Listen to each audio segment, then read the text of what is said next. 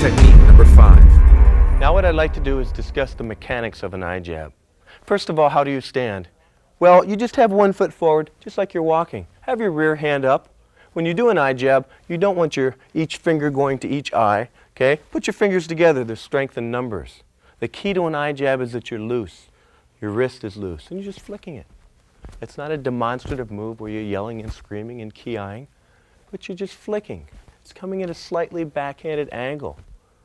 The first way I want you to do it is just get in front of the mirror and move around in front of the mirror and just kind of take a step forward and poke. It's a very simple motion. It's a very natural motion. Breaking news, I'm giving away 200 of our new Commandos. It's based on the original covert Vietnam SOG knife. This is a $100 knife, but it's yours for free from the link in the description. Just pay a small shipping fee. Okay, back to our video. Boom. I want you to do this over and over with both hands. Sometimes change your left lead. Try the same thing on your left hand. Boom. Slowly move around. Picture your opponent coming in. Picture flicking the eyes. The more times that you can picture that scenario in your head, and the more times that you picture him coming in and boom, you see the eyes. That's the quickest thing you can do to a person. It eliminates here and he takes off the other way. Okay, now, if you have a person here, what I'd like you to do for training is your training partner now. Your training partner is going to supply a target that you can actually hit. This is now a moving target. If you want, you can put little eyes on the hands. If you want, you can purchase a focus glove and use it. All he's going to do is he'll have the glove on, and I'm moving around, and boom, I get to actually flick at the glove a little bit. Sometimes you'll change the height, and I'm flicking it. That's all. Until now I'm actually doing it on a target. So you get used to having a slight angle when you hit, and you're not coming straight on this way, so we don't hurt our fingers. Now our third way of training is to actually do it on our opponent, our person, our friend. Okay? You don't want the fingers going directly into the eyes. For training, just keep them pointed up, kind of just touch the eyebrow. A good way to train this is, Carlos, you can just walk up to me slowly and then just, boop, I just touched the face. As soon as he comes up, boom. Just to get that feeling of, boom, going into the eyes. Your first response is not to make a fist and hit him. It's just going to piss somebody off. As opposed to that, as soon as he comes in, boom, flick the eyes and run the other way. This is what's going to get the reaction we want. This will take out a big man. Technique number 4. One of your best punches, if we remember when we were punching, I said only one punch you'll throw that your feet don't twist and turn. And that's a front punch or a boxer's jab. Your elbows and your fist, you can throw from right in here this close. You can physically, if you can lay your hand on a person's chest, you can just keep your thumb rotated out and hit them with an uppercut by simply turning that foot and driving up into their chin. You don't want that hand to go too far, but if we're in here like that and I want him to back up, I can say, hey, back up. But if I take one of those hands and lay it in this way, then you can fire that uppercut. And I'll tell you what, this is going to hit him right in that jaw, and it's going to knock him down. A lot of people will knock out. There's some real tough guys out there, so you probably want to follow this up. But when you're here and you give a little push, their weight rocks back on their heels. If you can turn that hand on their chest, no matter where you're standing, you can still fire that uppercut right into their chin. And if that uppercut misses, then you've got an elbow that can go right into that chin. Normally, if you have the chin that high, you might want to follow up with another slash and elbow over top. So a good technique inside, guy comes up, you're like, hey, back off a little bit. You boom, come up the stairs, back over top. Remember, I'm giving away a $100 Commando fixed blade knife for free. There are only 200 available. Just pay shipping and it's yours. Get to the link in the description right away. Okay, back to our video. Technique number 3. Talk about taking an attack and redirecting the attacker to a point of advantage for you. One way we're going to do this is by the attacker coming at you hard. Come on up.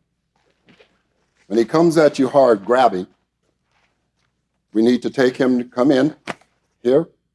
We want to lock him into the body, allowing him to continue his motion in towards you. You're going to slightly pivot with him. If he was to go the other way, we would take him the other way. We then will take his elbow, helping him go not forward, but off to the side. And pivoting, we will drop it to the ground. Again, we're going to look at it one more time. As he comes in and grabs, you're going to pivot back, taking him, keeping him coming forward, but then redirecting his body off to the side where he cannot maintain his balance. Now let's take this with a punch. The individual throws a punch. What we want to do is allow the punch to come. We want it to continue forward, but at the same time, we want his body to go off to the side. Again, nice and slow. Here, we're going to push him off. Doesn't make too much difference which hand I block with at this point. I want him to go that way. So as I finish this, I'm going to push him off to the side, getting him to go away. That gives me an opportunity to get behind him again. One more time. And away. Now, what we don't want is to get caught up in the middle of the individual. If he attacks and he throws, let's say, a roundhouse punch up to my head, I don't want to be here. What happens is I'm now in a fight. What I don't want to do is start fighting with this individual. I want to survive this attack. I want to get away from this attack. So as he throws up here, I've got to get in here and do what?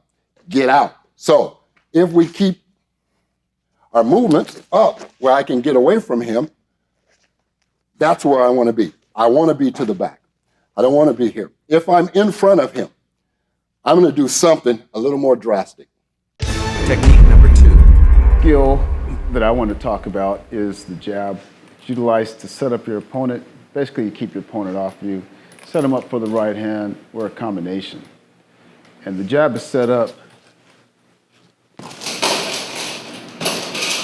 where you twist your fist and make contact.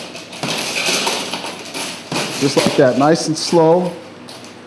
Comes down just like that. And you can set them up for the right hand, but you pivot and twist that right hand. Works off the jab though.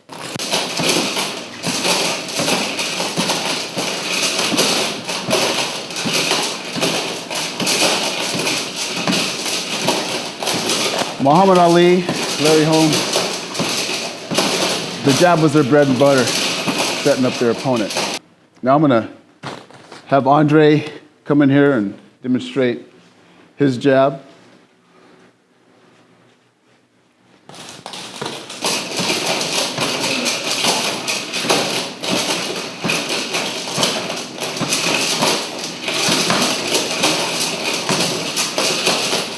Utilize his jab, setting up with the 1-2, right hand.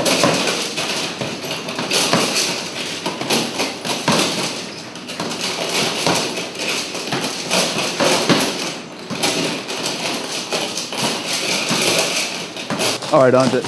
Continuing with the jab, I want to reiterate, a jab, you always want to protect your chin. My method of using the jab is to have my shoulder up a little bit, like so. Okay, and I kind of twist it into the opponent, just like so, as you see. Just like that. Nice and slow.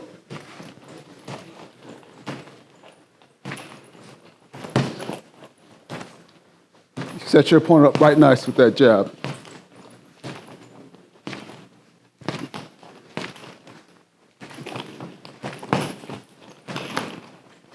My jab's kind of a pushing jab. For the most part, the type of jab that I throw, if you hit somebody in the chin, a lot of times it messes their equilibrium up and they drop, especially if you come over with that big right hand. But once again, I'm gonna have Andre demonstrate his jab. It's more of like a Sugar Ray Leonard filling out his opponent jab. We're seeing where to unload with that right hand. And we're all conventional fighters. That's why we lead with our left. We're not southpaws. We're not left-handed people, so.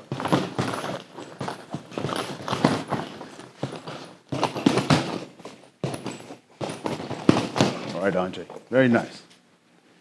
Hector. And you got your special forces jab. He only knows one speed. That's delivering maximum damage.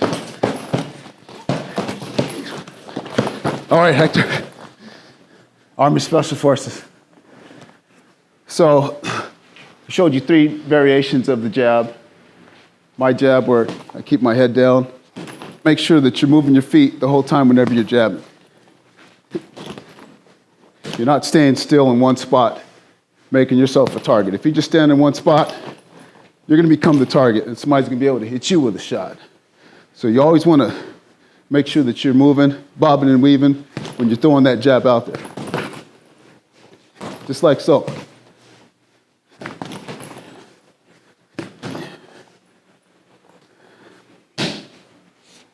Hopefully we demonstrated to you the proper and effective way to throw a jab. Technique number 1. Pop-up. Pop-up drill is very, very important. Remember, this is how lions in nature defeat Cape buffaloes. They run up, hit them, once again hit, angle and off balance them, and go to the neck, generally, to finish off the Cape buffalo. Now the initial movements with Dr. Bob out here, I'll very slowly show you. If he were to come into me, which is the best way to do it, or I can attack him with it, although we have other methods we want to use that are a little better for attacking him. But if he's right here, initially I want to practice this pop-up. Very simple. I want to get sort of at an angle and come up with my arms slightly bent and do that. That's why it's called a pop-up. Same crouching, pouncing maneuver that the lions use on the Cape buffaloes. Okay, this is what it looks like with a little bit of practice here. Initially, I'm just start out. You want to drive off the rear leg because that gives you all the power to utilize your body weight forward. If you have your body weight, use it. So, what it looks like. Now, this is the shield, and Bob is standing sideways. When you have body armor on, you'll see us go sailing. Okay, initially, that's what it looks like. And then, of course, if you were in a real fight, don't stop with one. Never stop with one. It's not good enough. Keep going. Same principle as a machine gun works on. First bullet doesn't matter too much, but the next 19 certainly do a good job, don't they? So the same thing with the pop-up. In slow motion, I'd be popping him up, popping him up. And this is very important for chaining and sequencing because this ties into everything else like Comrock Boss techniques do. Now, a little later, when you get good at that stationary thing, Bob will move into me with the shield, and I will pop him up. Now, I'm not using that much of my body weight because I don't want to beat up the doctor yet. That'll be later. His office visit charges are driving me a little crazy. It's that simple. Now, one time, I'm going to give him a real one. So just stay stationary and stand sideways. For real, I want to be moving as much as I possibly can into him, sprinting, because all forms of athletic endeavors fit into Comrock Boss. I'll sprint, lower, and explode like that. That was nothing. Are you ready? Okay. So if I'm moving, very important to be able to fight for real, defend yourself, is you must practice against a real person. Now, if you do this, you're going to hurt the other person with our moves. What you have to do is have body armor. You'll see Dr. Bob. You can hardly recognize him behind all this.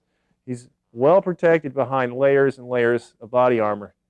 Although this is protecting him fairly well, I have Brandon behind him to catch him for certain movements. Now, he's protected, so if he does go down on his legs, on his knees, he's not going to get hurt. He's well protected in here for pop-ups. Even though the shoulder pads take off some of the wedging, you cannot wedge full power because I'll still tear his AC joint up pretty well. And if he's throwing punches, he's fairly well protected that I'm not going to hurt him here. And if anything's stray, you still cannot do a straight blast to this because it's going to knock him out. But otherwise, for stray fingers coming up that you might, when you're learning, hit the guy with, he's protected. So some of the things that you can do with the body armor on, of course, is if he's standing and he's threatening me from this distance, I can pop him up. And if he's squared up like this, he's going to go.